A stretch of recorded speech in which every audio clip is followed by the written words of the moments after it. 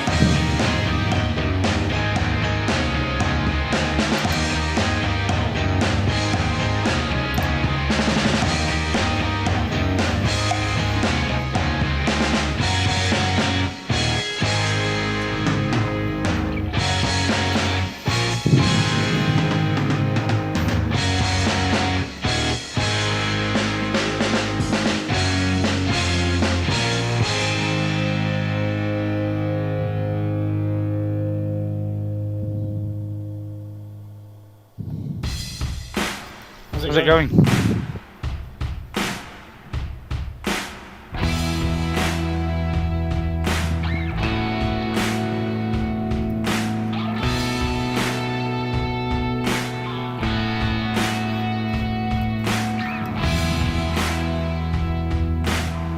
Oh.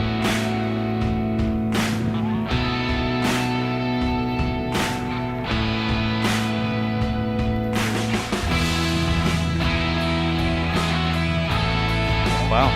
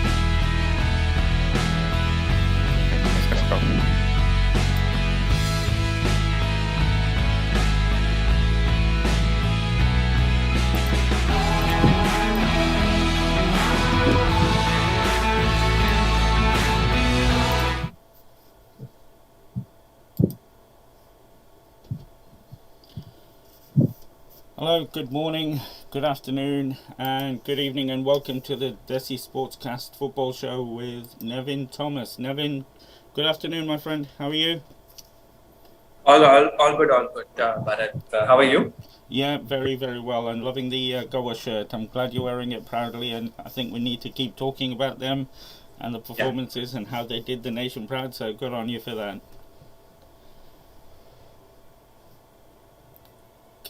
Can you hear me? yeah. Hi. So, Yeah, how's your week been? I mean, we are going to talk a lot more about football this week yeah. in this week's show. It's But been a it's been a good week, and if I can forget what's happening around me in terms of football, it's definitely been a good week as a Chelsea supporter.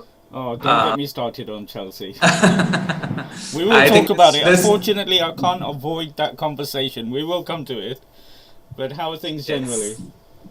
Things generally, it's a little scary out here. Kerala has enforced a complete lockdown.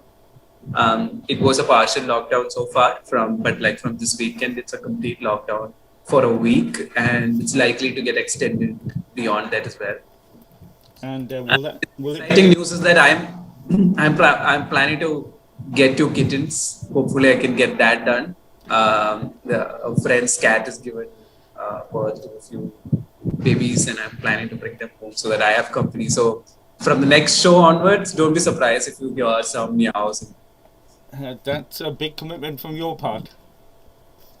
Yeah, I mean, I've had a cat before, and I really miss having one. So when I heard, and this is also a fellow football fan, follows us as well. So Adil's cat is given birth to a few babies, so he's like, "You want them?" And I was like, "Yeah, maybe I should just go get it." So I've ordered. So for the last I think 5 days, I've been just obsessed about cats, and I'm just ordering things. I'm planning the house accordingly. So yeah, it's been a good distraction. Well, there's another topic we need to be updated on a regular basis, and the big question, obviously, first will be the names that you give them. I don't know if you've already thought, or when you do decide. I think you need to break that breaking news on this show. Absolutely.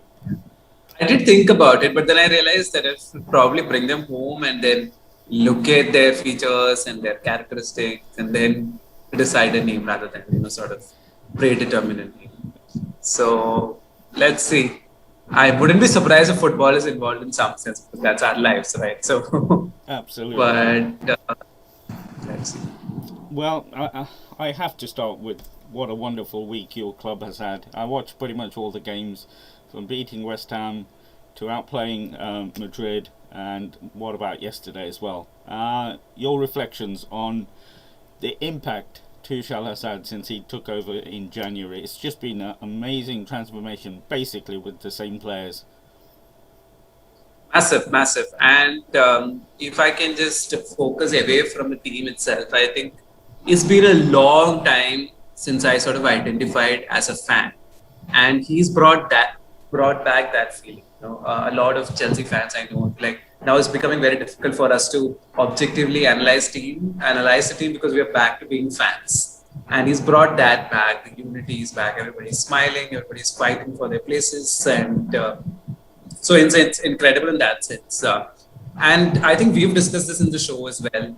I've always thought that Chelsea have a squad capable of challenging for trophies. They when Lampard kept saying that they're not good enough, they need Declan Rice or somebody else. It's saying like an excuse rather than sort of So he came in and he said he's going to make a side that is going to be very difficult to play against. And I think he's clearly worked on it and he's made a side. You can see the likes of Rudiger and all those players who've also stepped up. It's not just been the exciting Mason Mount or Werner. Everybody has stepped up. Everybody wants to be part of that team, and hence I think this is what we were talking about in January. I think we had a long discussion on whether sacking Lampard was the right decision, and I always said that this is a club that is very cutthroat. So they obviously see trends. They obviously you know understood that if Lampard were to continue, this team is not going to make it to the Champions League spot. So this is a team. I mean, it does look cutthroat, but I think as a Chelsea fan for what good almost 20 years now, I think the only way to being a Chelsea fan is to trust the management and sort of believe that they know what they're doing. And I think it's sort of playing rich dividends in terms of Tuchel's appointment. We've still not won anything, so I don't think we need to get super excited. But I think even before the Real Madrid semi-final, I was telling a friend that weirdly enough, I am not worried because I think this is the start of something exciting for Chelsea. So even if you were not win silverware this year, I think this is the start of something very exciting. So it's okay to even say lose a semi-final in the Champions League as long as the side can continue this momentum. And you see victories like yesterday's win over City or win against West Ham. It's not like the Chelsea side were extremely convincing. Got really lucky with a few decisions as well. But these are the things that really start working for champions, right? Whenever you're on a winning streak, suddenly you get the right decisions from the referee or the wrong decisions from the referees, or something working for them, something working not. So I think Chelsea are on a team that's on the rise, and that's definitely nice. And I cannot not mention the women's team as well. So Yeah. they've been doing incredibly well, and it's nice to see the likes of Fran Kirby and Sam Kerr and G and all these exciting Penel Harder. All of them, they're playing really good football, and they can clinch the title today if they. I think a victory would be perfect, Yeah. but even a draw can work for them. So I think from a club's point of view, you can't get better. I think they're really on the up. And I think this is what they were building for in the summer. They sense an opportunity, saying that other clubs are financially down and they can't spend due to the virus, the lockdowns, and all that. Chelsea gambled. It's like this could work in our strategy, get these good players. And look at Havertz, for example. I thought he was exceptional in the Champions League match. He showed desire. He was nutmegging the likes of Toni Kroos at will. And I think this is a start of something very exciting for Chelsea. And I think I don't know how much credit you can give Tuchel, but the conversations, like you said, with Lampard was that these new players that they brought in, and they spent a lot of money bringing those young players in. That it's going to take time. That was the reasoning, but all of a sudden they don't need the time. And the other thing, we've looked how good they look offensively, but defensively, I saw a stat the other day that they've had 18 clean sheets in 23 games. The transformation that he's brought in so quickly. I know there was talk that he's a hard taskmaster in the coaching sessions, and this is what top class coaches can bring. And I think Frank Lampard, like you said, the management saw that, and that was a very, very big call to remove him at that time. But like you said, Chelsea management don't often get the credit when they sack managers after winning Champions Leagues and what have you. But they seem to know what they're doing. Yeah. As Chelsea fans, sometimes you get really frustrated also seeing all these managers just leave one after the other. Especially, I remember how upset I was when Ancelotti was leaving. I thought Chelsea played one of their, that 2 seasons were incredible for Chelsea. But this is how it is, and this is how it will be. So you wouldn't even be surprised if, say, 1 year down the lane this year, this time next year, you see the news that Tuchel is sacked. That's how the club goes. So the idea is to just enjoy the moment and trust the process that this team is constantly being built. I think you've just frozen there. Let me know when you're back. Can you hear me? This is the fun of live Zoom calls between Leicester and Kerala. Can you hear me, Nevin? While we wait for Nevin, I just wanted to say, the impact of the Chelsea women as well. They're in they will win the league today. They're in the Champions League final. They're in the quarterfinals of the FA Cup.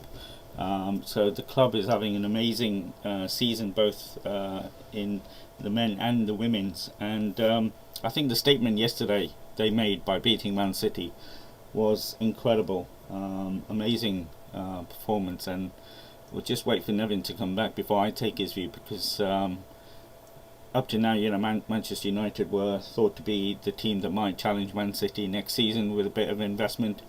You expect Liverpool to come back and not have the season they've had, but for Chelsea to beat Man City over the past in the past 3 weeks twice, that is some statement.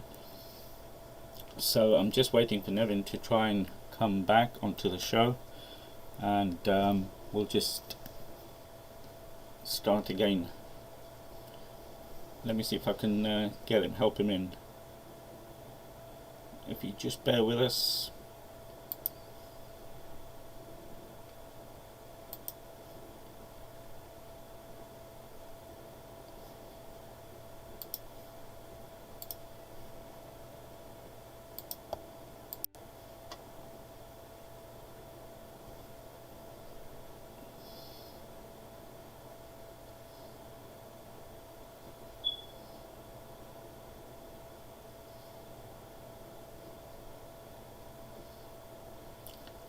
I think Nevin's having some IT issues there.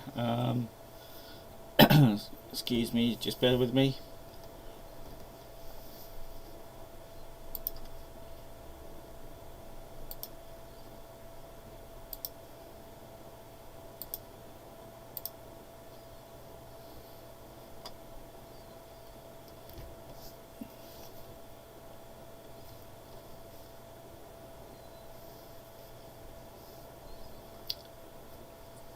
Hi, sorry. No, that's okay. You're back, so that's the main thing. Can you hear me? Yeah, I Brilliant. can. Should I jump back to my phone or something? Is it laggy at your end? No, it's all fine. It's all good now. I was just while you we lost you. Like, yeah. I was just feeling to say, that you mentioned the women's team, and quite rightly as well, because they will win the league today.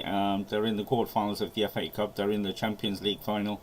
They're doing a bit of what Gogolum have done this season, but there's a few cups coming Chelsea's way, one way or another.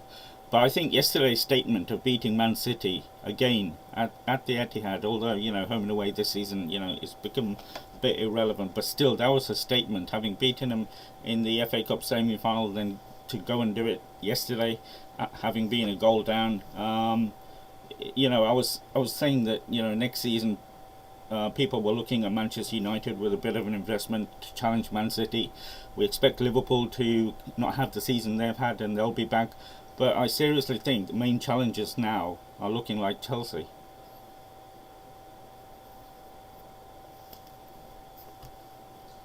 Yeah, I mean, I did lose you in between, so I'm going to just assume I've heard the entire point that you were trying to make. But yeah, I expect, I think, Chelsea with a little bit more investment, especially in, say, centre midfield and maybe in a defensive position, to sort of really challenge Manchester City. I don't know, maybe even if, say, even if it was not Lampard starting the season, I think this season itself Chelsea should have been challenging for the title. So, yeah, and I expect Liverpool to make a better fight for the title next time around. Liverpool are a very good side.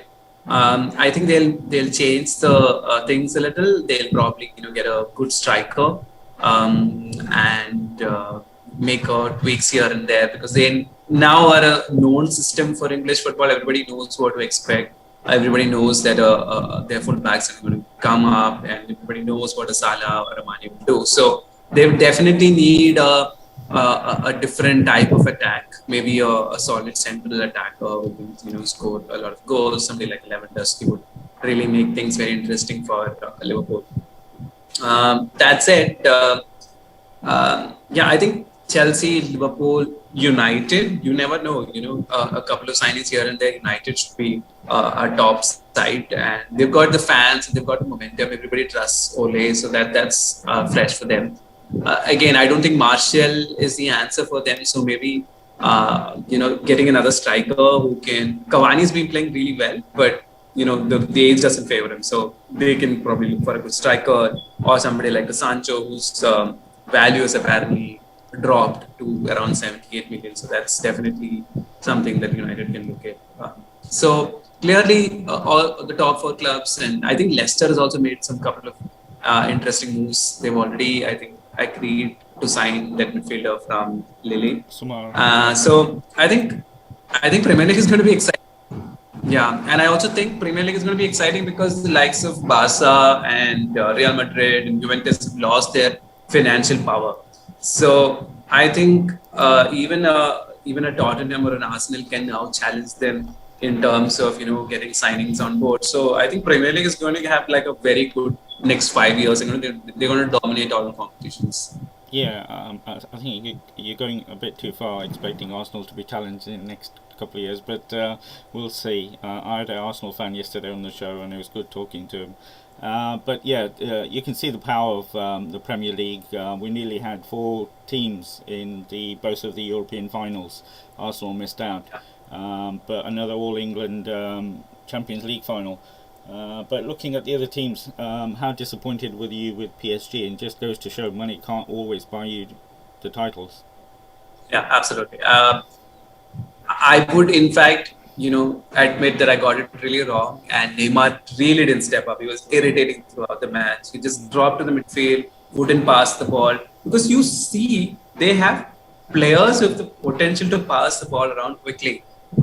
They should have left it to Verratti to dictate the match. He's a much better player from midfield. He can, pick out those passes, jump in and stop the tackles. And you called it perfectly. The moment they, were a goal down, their shoulders drop. They're just not used to losing, or they just don't like it when somebody else plays better. And their attitude really showed. And to be honest, I think PSG are not that good in their defense. I know Marquinhos is an unbelievably good player, but I don't think Keylor Navas is the answer if you're going to try to win the Champions League trophy. I think he wasn't. You could really see the difference between Courtois and Navas. And you can see why Madrid decided to upgrade. So clearly a couple of changes here and there, but PSG really, I don't know. The problem also comes from the fact that they need to be. I know the French league was quite exciting this year, and I mean a lot of other teams did give them a run for money, but they need to be playing top oppositions on a regular basis to be used to losing, and to have that mentality to make a comeback and things like that. And Neymar really disappointed. I'm sorry, it was like a I don't know. He was like a entitled brat on the pitch that he thought he could just run through a City team. And credits to Guardiola also. I think Fernandinho played that borderline irritating role, and it really irked the PSG players. And Diaz had an unbelievably good game, and then Mahrez showed what we expect from Neymar. I mean, Mahrez was the Neymar. So yeah, he had both the semi-finals. He was outstanding. Yeah, I understand it. I just find Neymar. I know they didn't have Mbappe in the second game, but I think the way PSG behave and play stems from Neymar. I think his attitude affects all of the players, and I don't know why he's rated as highly he is, because he's not consistent. He's very moody. But I know PSG, I think, have extended his contract, and it's probably why they can't afford to reinforce other, like you said, the goalkeeper, the defence, is because of the money that they are paying Neymar. But that's just my opinion. I think his performance affects the team too much. But your team. No, I must say that I think Neymar would only, I think, fit well if there is a better player than him in the team. So in Barcelona there was Messi and there was Brian Suarez. Mbappe's better than him. Yeah, but Mbappe, is young and he's not. Unfortunately, he can't order Neymar to do things while Messi can. I don't know which team can then get a Neymar and hope him to play well. I think he's what he is. I think he's going to stay in PSG and not really achieve what we really thought about. Agree. But just finally, Chelsea have got their biggest game of the season so far next Saturday, which I'm so looking forward to. Maybe a couple of. You want to talk about Leicester? What is happening with Leicester? Is this deja vu and last year over again? I think last season was slightly different because we didn't have the squad. We lost a lot of players back end, and that affected us. And the restart was a different environment. I just think we've got 3 tough games against United on Tuesday. Although United are playing 3 games, so we'll see what sort of team they put out. But I think Chelsea, when we play them after the FA Cup final, they might start thinking about the Champions League final.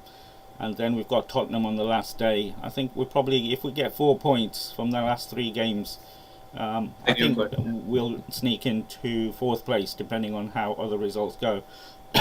But it's going to be tight. We didn't make it easy for ourselves. We didn't turn up on Friday.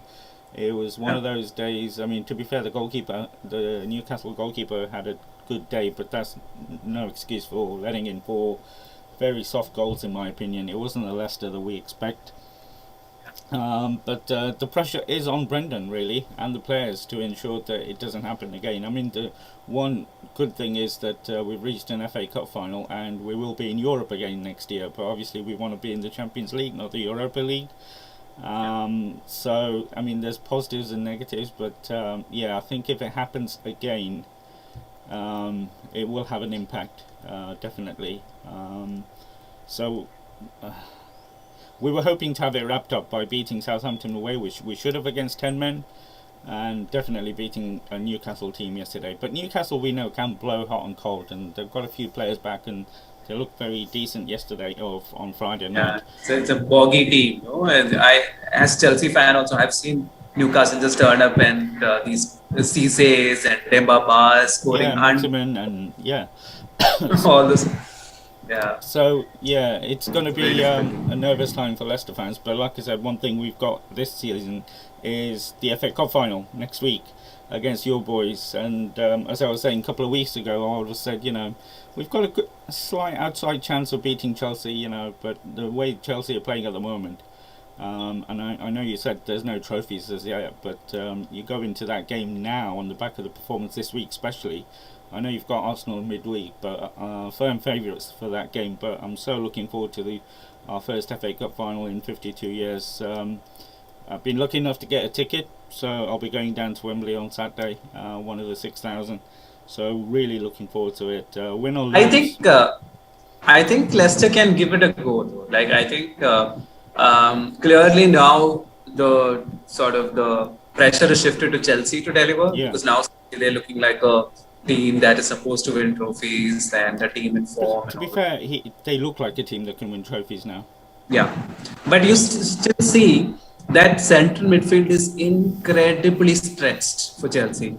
You can't be playing N'Golo Kante and Jorginho all your matches. Kovacic's absence in the central midfield is a big problem for Chelsea. So much so that Billy Gilmour is playing these crucial matches. Billy played really well against City yesterday. But I still think that's one area that Chelsea have their weakness, and I think Christensen is also out, which gives them not so much space, because Christensen in that central role is the only actual replacement for Thiago Silva.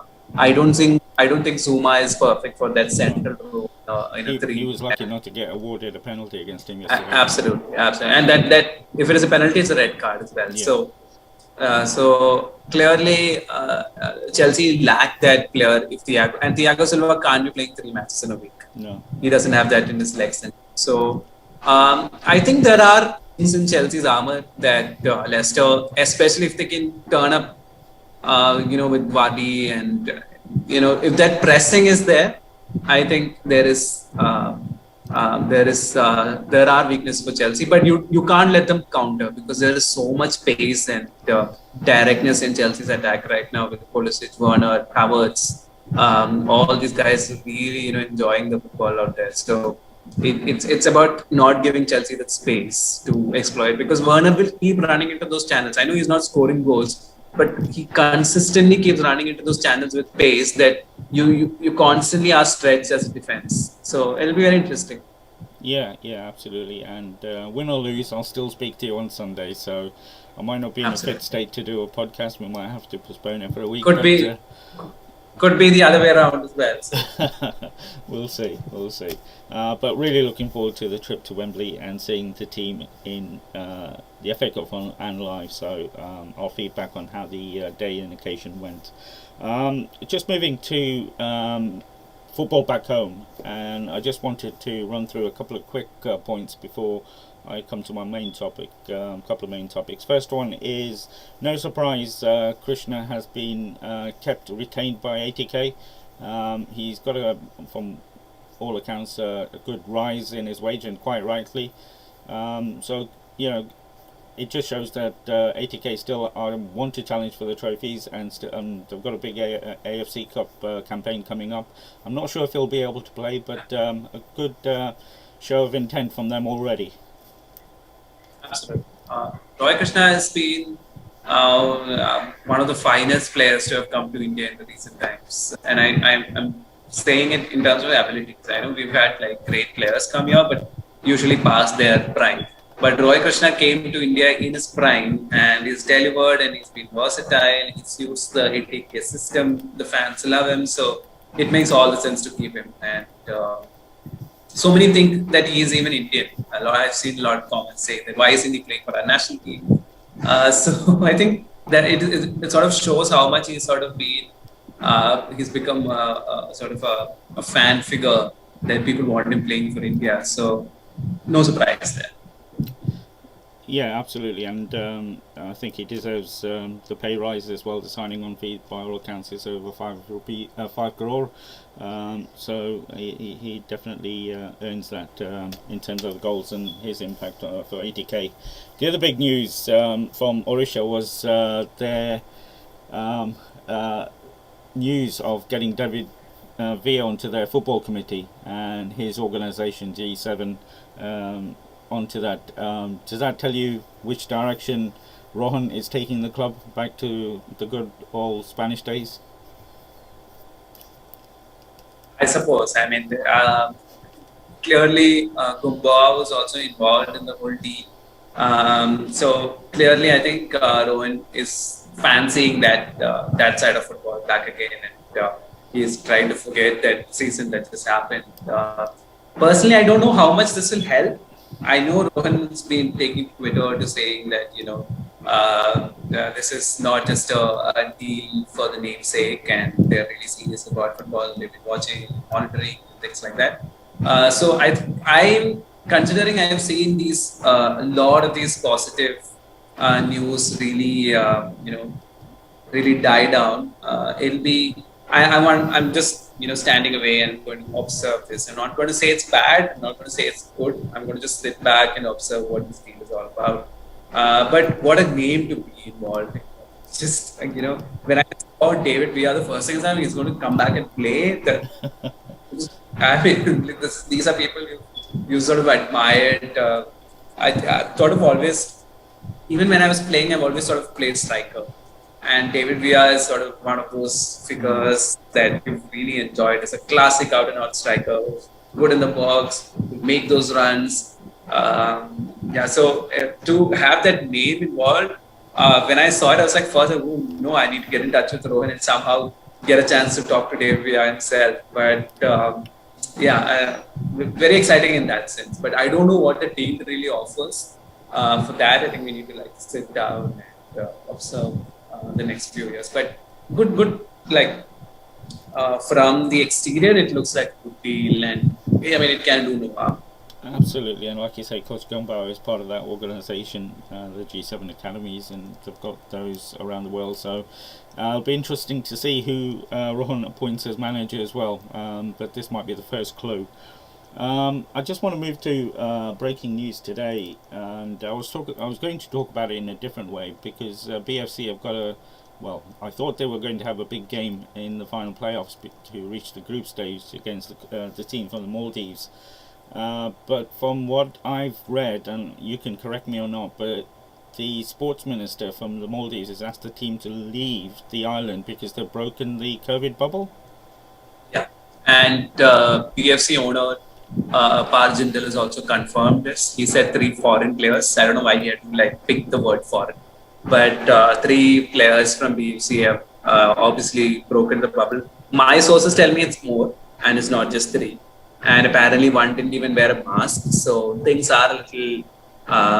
Again, it's rumors, and I'm not saying this is the truth. It's what I heard. So clearly, when you're coming from a country like India, that's the epicenter for this second wave of COVID. I think it's important that we also realize that everybody else is scared. I understand that Maldives want to, host us and there's a football tournament, but people are legit scared, and they are rightly scared. I think we are also scared. We are not moving out of our houses, so it's clear that a foreign country is not really entertaining this, and you never know with politicians. I mean, there's obviously some politics involved. Maybe there was already criticism of this being hosted, and he's using this as a good excuse to, really kick out the team.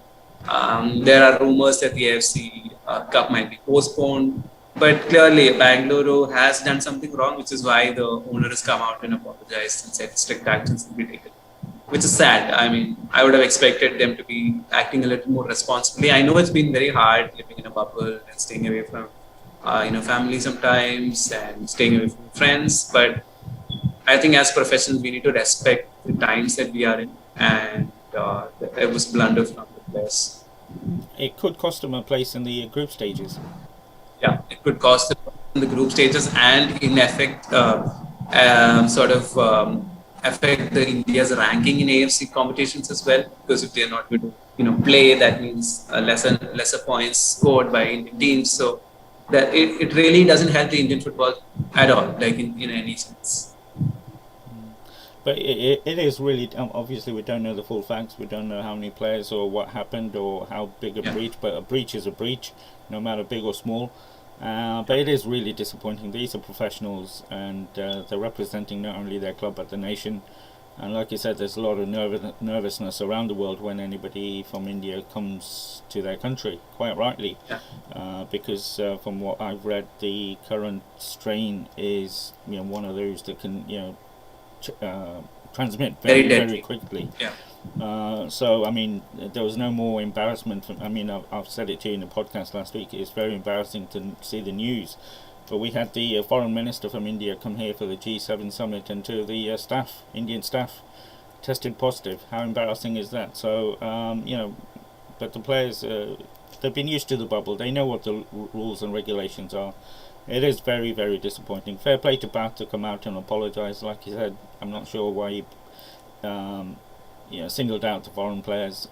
So we'll have to see what pans out of that. But it could cost, like you say, not only BFC but Indian football hugely, because the schedules are very tight. The game against, there was meant to be a playoff between the Maldives side and the club from Bangladesh. I don't know why that was postponed. But the Maldives side got through, so I think they might get through to the group stage, especially if it is shown that it was a breach by the BFC players. So we'll see how that pans out, but really, really disappointing, because I was looking forward to that game, because from what I read, the Maldives side wasn't going to be a walkover anyway, a decent side with some decent players. Yeah, that's what even I heard. And we've always had these competitions with tough matches with Bangladesh and all these sides. So it wouldn't have been a walkover in any sense, and to go there and play wouldn't have been easy for Bangalore as well. So let's just hope that we get a chance and it's just postponed, and we can just probably pay a fine or something and get away with it. But it's not a good thing. It's not a good thing, not just from a football perspective, but also considering the times that we find ourselves in. Yeah, and we'll see how that pans out. And but other breaking news that you just shared with me as we started the show that you've just heard is some breaking news around Chennai City. It's not breaking news yet, but I've heard from a couple of sources and player agents and all that there have apparently been a few discussions about the management saying that players can leave if they get an offer. The management is willing to give them the NOC even if they are players with contracts. So clearly, a couple of signs here and there that things aren't really well, and it has got nothing to do with the merger per se. So there was also a lot of rumors that Chennai and Chennai City are going to merge. I don't think there is any truth to that as of now. Again, these are all, I can't verify these things, but there are rumors. And it would be sad because I thought Chennai City is one of those clubs that was at least close to earning some profits with like constant sales. So they're the ones who made Suseda, Santakumar, Romario, Regin, all of them came from that side, right? So they had that great feeder concept going for them. They were perhaps Tamil Nadu's biggest hope. I think a lot of players from Tamil Nadu reached the national stages and we started talking about Tamil Nadu football because of Chennai City FC. And they also had a great deal with Coimbatore City. So they were getting the ground for free. They had a great deal with Basel, Switzerland club. So, and it was supposedly the biggest deal in Indian football. I think they had committed some 20 million. So I don't know what is happening. I don't know why the club is struggling, but these are, again, I can't verify these rules. And a journalist told me that the owner Rohit Ramesh has denied it. So maybe it's just rumors and there's nothing factual to it. But if true, that'll be big loss. They're the former I League champions, right? So for them to just go away would be very sad.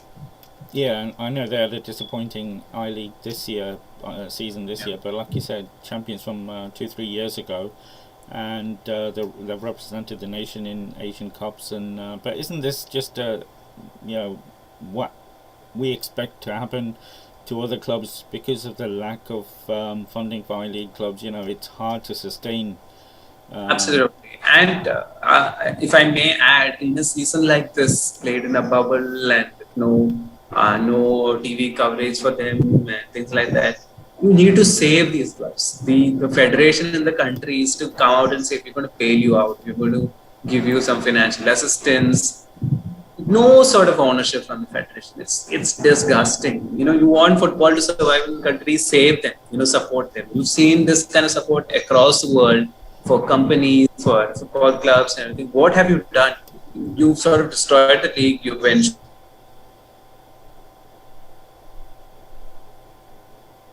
Oops, I think we've just lost Nevin again. But we hope the issues. I can hear you. All right. Okay. Yeah. Sorry, you were saying about the lack of support. Yeah. So I mean, I was just saying that the federation really needs to stand up and support these teams because these are very hard times. There's no ticket sales, no media revenue for these clubs. So give them some sort of revenue in some way. Use the national funds, do something. Save them, because if you want the country to survive, and these are the clubs that's going to bring you profit in the next 5 years, so save them now. And like you said, Chennai City have a good track record in terms of supporting players, and the management seems to but it's at the end of the day, it's not a bottomless pit. Even if you're a top businessman, there's a limit to how much you can pump into a football club, and you do need that support. And I think us waiting for the federation to step up, we're going to have a long wait. I think we need some sort of fan power movement starting in India to get these changes done much quicker.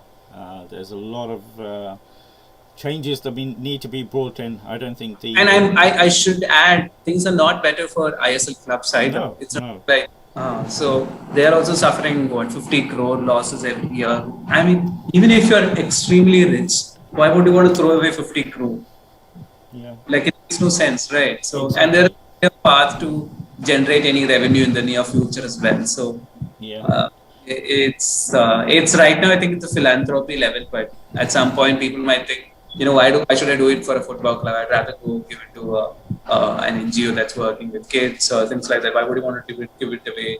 Right now, it's the state of affairs is that if I was a businessman, I'd try and rather buy a kabaddi franchise than an ISL club. Yeah, absolutely, because it's better organized and or if you want to sponsor something, even like second tier cricket. I think even that is much better than what is football.